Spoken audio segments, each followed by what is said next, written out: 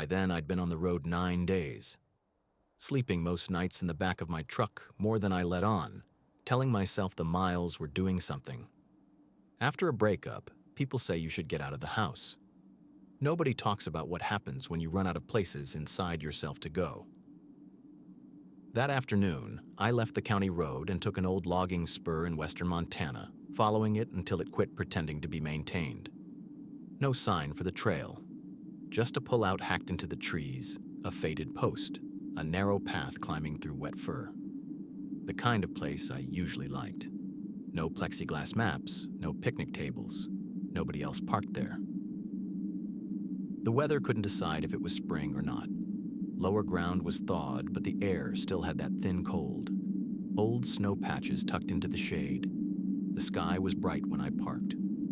By the time I finished lacing my boots, it had already started to dim. I was headed for a ridge lake a few miles in. Nothing dramatic. I just wanted to walk. The first hour was uneventful, as good hikes usually are.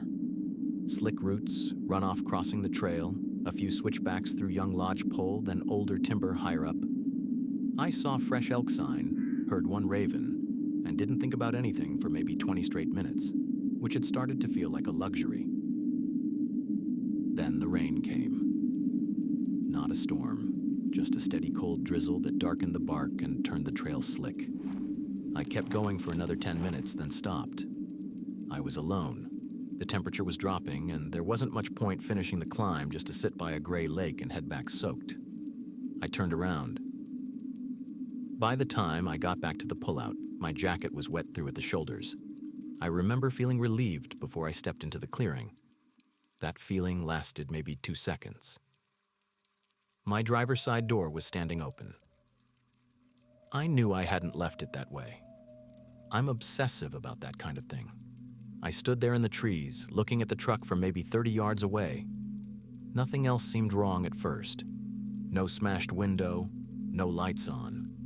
Just the open door and the rain ticking into the cab. I walked the rest of the way with that careful slowness people use when they already know something is wrong, but still want the answer to arrive gently. The glove box had been emptied onto the seat. Registration, napkins, the cheap flashlight I kept for emergencies, all of it wet. My duffel had been unzipped and rummaged through. The center console was open. At first, I thought someone had been looking for cash or a gun or medication. Then I turned the key. Nothing. Not a weak turnover, not a struggling click. Nothing at all. I popped the hood and saw the battery clamp lying in the leaf litter below the engine bay. Whoever had opened it had loosened the terminal and taken the bolt with them. It wasn't dropped by accident. It was gone. That was the moment it stopped feeling like theft and began to feel personal. They hadn't taken the truck. They hadn't taken anything I would have missed. They had just made sure it wouldn't leave. I checked my phone, even though I already knew. No service. The spur road back to pavement was about 11 miles by my estimate, narrow and blind in places. If whoever had done that was still around, walking would mean being visible for hours. The trail climbed to a long, exposed shoulder west of the lake, and I remembered seeing one bar up there on the drive in, just before I lost it completely. I hated the idea of going farther into the woods after finding my truck like that. I hated the road more. So I took what I needed: rain shell, water, headlamp, phone, pocket knife, and started back up. The second climb felt different immediately. On the way in, the forest had just been background. On the way back up, every break in the trees looked occupied. I told myself I was keyed up and embarrassed and letting ordinary sounds do what ordinary sounds do when you're alone. Then I passed a section of mud I had crossed earlier and saw prints that hadn't been there before. Not on the trail, off to the side of it, parallel. Whoever had walked there had stayed just inside the trees, where the ground was softer and the branches hung lower. I could only see 3 or 4 clear impressions before the rain blurred them, but that was enough. I stopped long enough to listen. Nothing.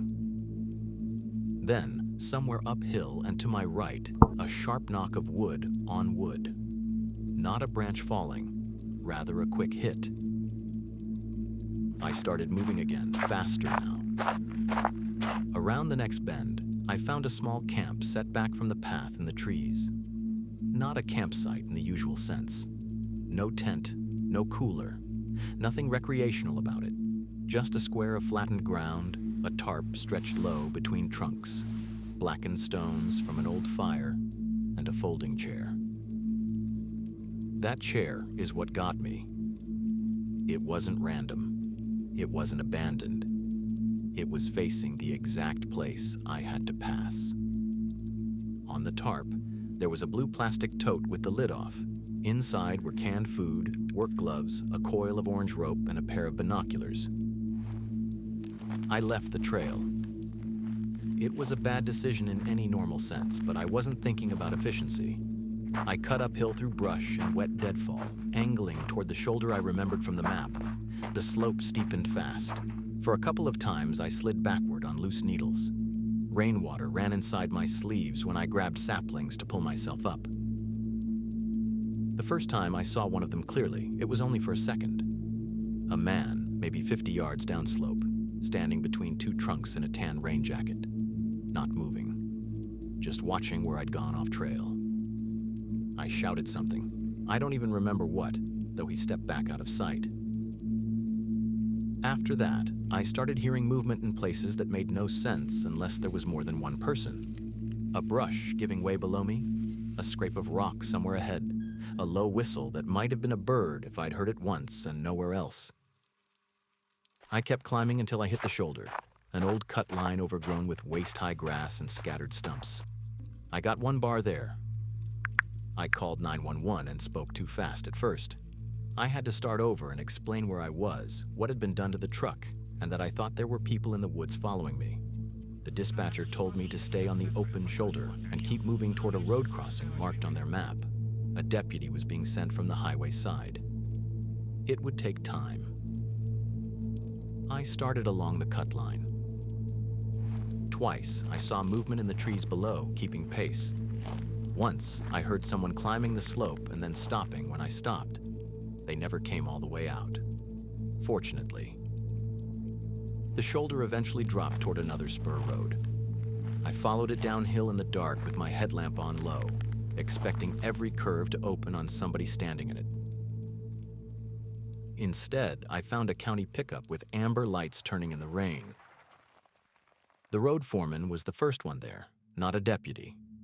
He told me to get in, then drove me down to where the deputy was waiting at the junction. Later, they went back up with me and found the truck exactly where I'd left it. Door still open, papers soaked, battery disconnected. Nobody was there. I sold that truck before the summer was over. I told people it was getting old, and I wanted something with better mileage. The truth is, I couldn't stop thinking about that folding chair in the trees, pointed at the trail like someone had known exactly where I'd be coming back through.